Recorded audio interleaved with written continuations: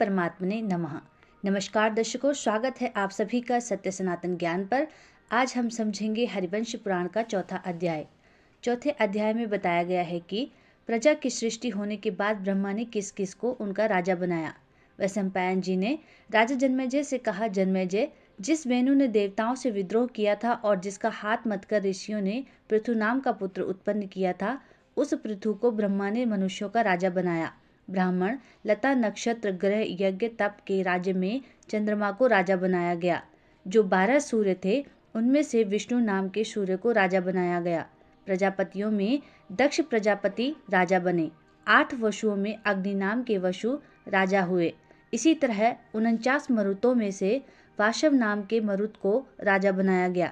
जन्मेजय, देवताओं और दानवों में प्रहलाद को राजा बनाया गया। पितरों के राज्य में सूर्य के पुत्र यमराज को राजा बनाया गया और षोडश मातृका, व्रत, मंत्र, गौ, यक्ष, राक्षस, पार्थिव, साध्य तथा रुद्रों में वृषभ ध्वज शंकर को राजा बनाया गया। ब्रह्मा ने दानवों में सबसे बड़े विप्रचित को उनका राजा बनाया।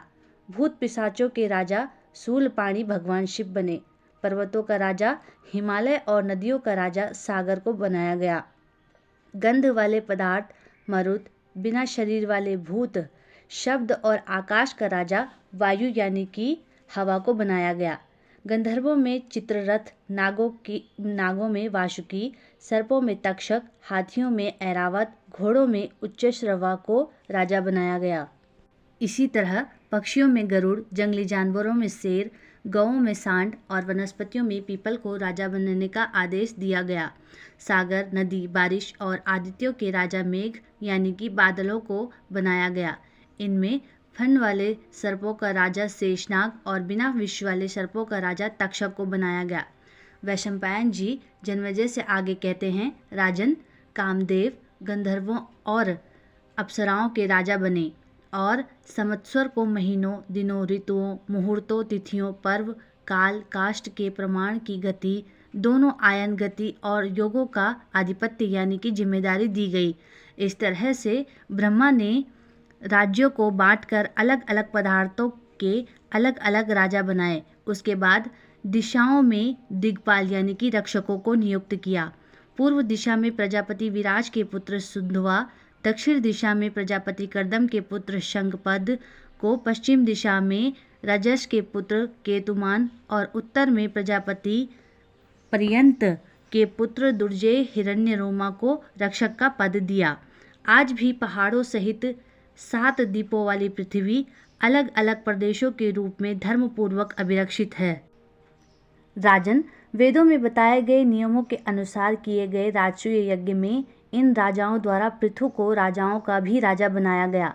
फिर चाक्षु मनवंतर यानी कि चाक्षु का काल समाप्त होने पर वैवस्वत मनु को राज्य दे दिया गया। अब मैं वैवस्वत मनु के विस्तार का वर्णन करता हूँ।